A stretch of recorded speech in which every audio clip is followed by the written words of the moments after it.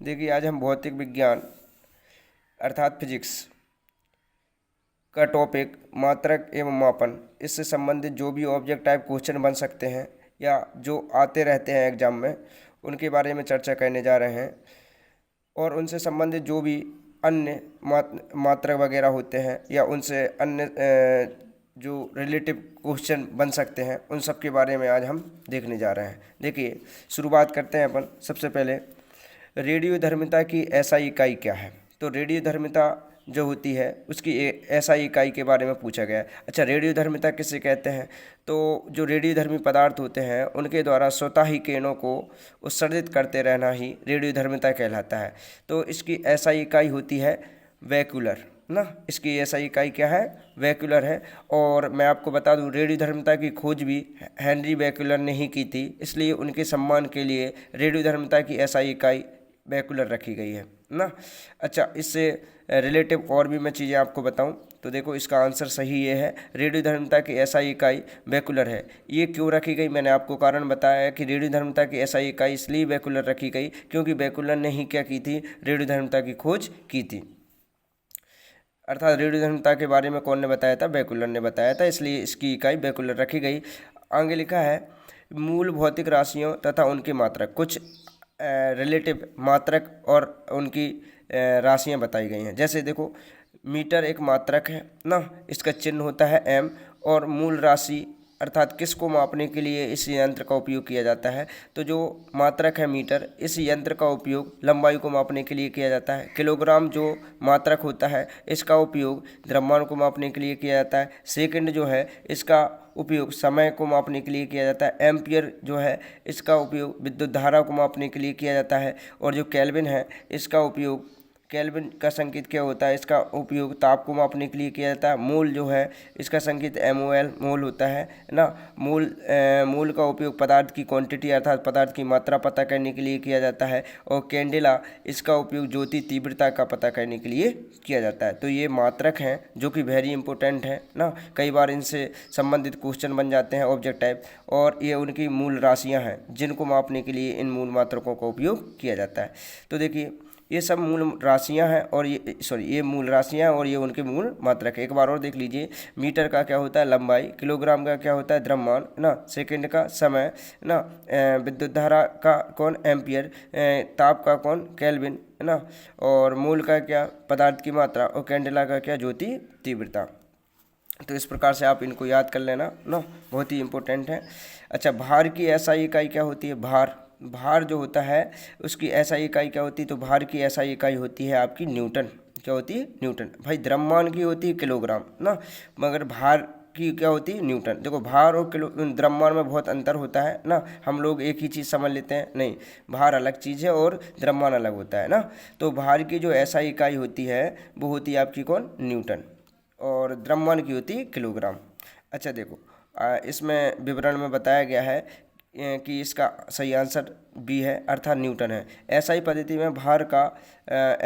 में भार का जो मात्रक होता है वो न्यूटन होता है। और अन्य भौतिक राशियों के एसआई मात्रक नीचे दिए गए हैं। देखो, अभी मैंने फिर से बताया था, एक बार और फिर देख लीजिए। लंबाई जो एक राशि है, इसका जो एसआई मात्रक होता है मीटर। द्रव्यमान का एसआई मात्रक होता है किलोग्राम। समय का सेकेंड। विद्युत धारा का एम्पियर। ताप का केल्विन। ज्योति तीव्रता का कैंडेला। और पदार्थ की मात्रा का मोल होता है। ये सब इंपॉर्टेंट है ना। आगे देखिए, निम्न में से किस राशि का एसआई मात्रक कैंडेला है या कैंडेला होता है? तो देखो, अभी मैंने आपको यहाँ बताया था कि भाई कैंडेला जो है वो ज्योति तीव्रता का मात्रक होता है। तो आप याद रखें, ये सब चीज़ें रिपीट होकर आती रहती हैं ना। निम्न में से किस राशि का एसआई मात्रक कैंडेला होता है? तो ज्योति तीव्रता जो है इसका एसआई मात्रक कैंडेला है ना। उपयुक्त की व्याख्या अपन पहले ही देख चुके हैं, इसलिए दोबारा नहीं दी गई है। अच्छा देखिए, संवेग आप जानते होंगे। संवेग का एसआई मात्रक क्या होता है? संवेग का सूत्र होता है P=m/v ना। P=m/v। तो संवेग का जो मात्रक पूछा गया है, तो संवेग का एसआई मात्रक क्या होता है? तो संवेग का एसआई मात्रक होता है किलोग्राम मीटर पर सेकेंड। हम चाहें तो इसे निकाल भी सकते हैं। चलिए, मैं आपको इसको निकाल के बताता हूँ।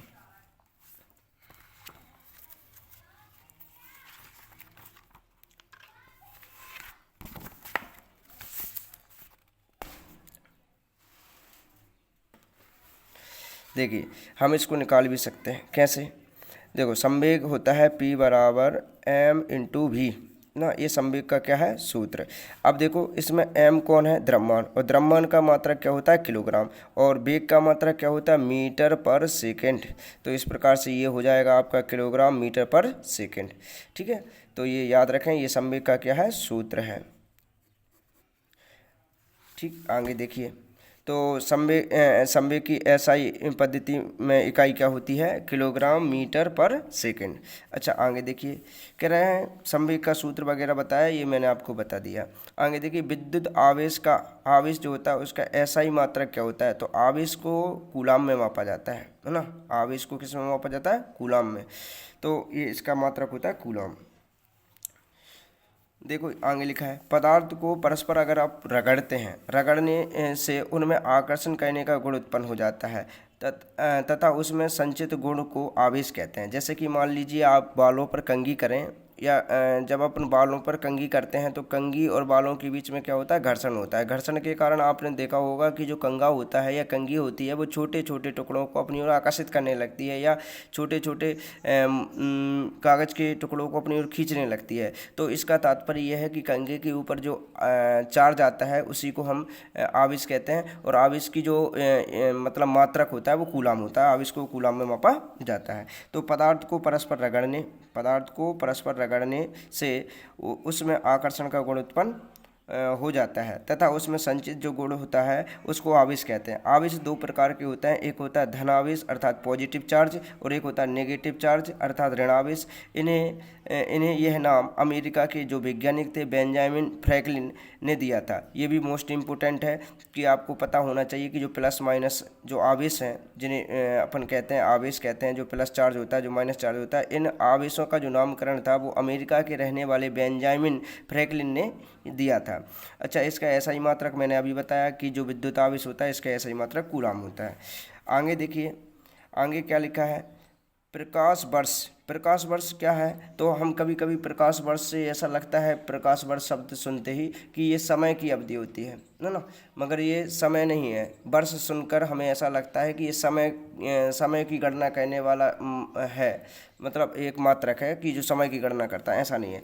जो प्रकाश वर्ष जो होता है वास्तव में दूरी का मात्रक होता है, दूरी की इकाई है। प्रकाश वर्ष खालिस्तान की इकाई है, तो ये दूरी की इकाई है। देखो प्रकाश जो होता है सूर्य का, प्रकाश वर्ष जो है वो दूरी की इकाई होती है। प्रकाश वर्ष होता क्या है, तो प्रकाश वर्ष बहुत लंबी दूरियों को मापने के लिए उपयोग किया जाता है। तो जो लंबी दूरियां होती हैं जिन्हें हम अन्य मात्रक से माप नहीं सकते हैं, उन दूरियों को मापने के लिए प्रकाश वर्ष इकाई का उपयोग किया जाता है। तो प्रकाश वर्ष समय की इकाई नहीं है बल्कि दूरी की इकाई है। ये कई बार बच्चे गलत कराते हैं ना, जिनको पता नहीं होता है, हालांकि ऐसा नहीं है, सब बच्चे गलत करते हो। तो प्रकाश वर्ष जो है वो दूरी की इकाई होती है। प्रकाश वर्ष दूरी की इकाई है। प्रकाश वर्ष बहुत लंबी दूरियों को मापने के लिए उपयोग में लाई जाती है या उपयोग किया जाता है।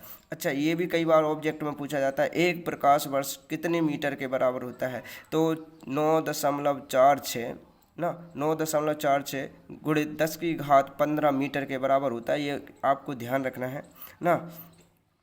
कह रहा है ध्यातव्य है कि दूरी मापने की सबसे बड़ी इकाई पारसेक है। देखो प्रकाश वर्ष भी, वैसे तो प्रकाश वर्ष का उपयोग भी लंबी दूरियों के मापन में किया जाता है, मगर प्रकाश वर्ष से भी बड़ी इकाई कौन है, पारसेक। पारसेक का उपयोग और ज़्यादा लंबी दूरी का पता करने के लिए किया जाता है। तो प्रकाश वर्ष से बड़ी होती कौन, पारसेक। अगर आपसे कोई पूछे या मतलब पेपर में ऐसा क्वेश्चन पूछ ले कि सबसे अधिक लंबी दूरी के मापने के लिए हम किस इकाई का उपयोग करेंगे, या सबसे ज़्यादा लंबी दूरी किसके द्वारा मापी जाती है, तो पारसेक के द्वारा मापी जाती है।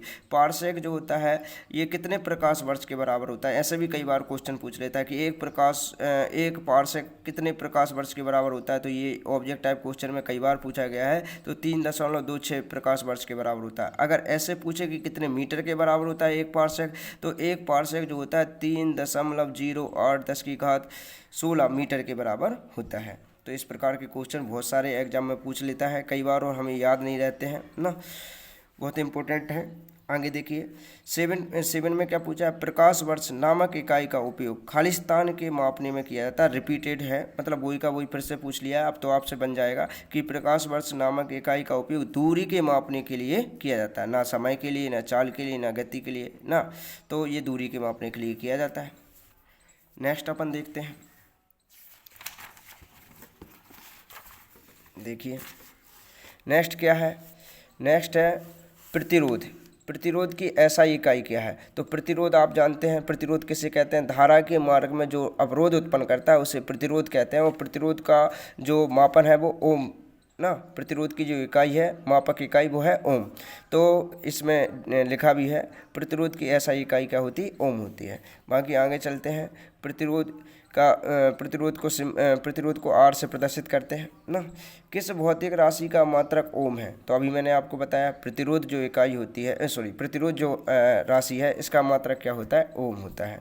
अब नेक्स्ट देखिए, नेक्स्ट किसी पिंड पर लगाए गए बल द्वारा किया गया कार्य। किसी पिंड पर लगाए गए बल के द्वारा किया गया कार्य। पिंड द्वारा बल की दिशा में तय की गई दूरी और लगाए गए बल के गुणनफल के बराबर होता है। निम्नलिखित में से कौन सी कार्य की इकाई नहीं है?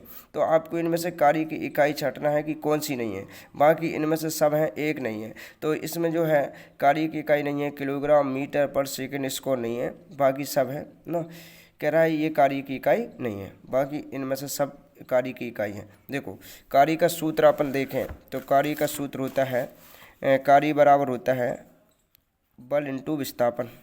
बल इंटू विस्थापन। बल को मैंने एफ से डी नोट किया है और दूरी को डी से ना। तो ये कार्य का सूत्र है।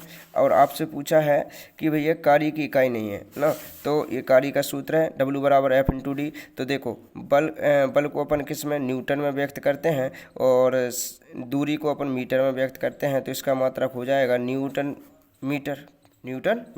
अगर अपन और चाहें तो इसके अन्य मात्रक ऐसे भी निकाल सकते हैं। एक मात्रक तो यही हो गया। दूसरा कार्य का मात्रक हो जाएगा F इंटू डी। अगर हम बल का मान रखें तो आपने पढ़ा होगा न्यूटन के गति के द्वितीय नियम में F बराबर होता है m इंटू ए, मतलब m द्रव्यमान और a कौन? त्वरण। अगर हम इसमें रख दें m इंटू ए इंटू कौन? d, तो देखिए ये इस प्रकार से हो जाएगा। m मतलब किलोग्राम और त्वरण का होता है मीटर पर सेकेंड इनवर्स 2 ना।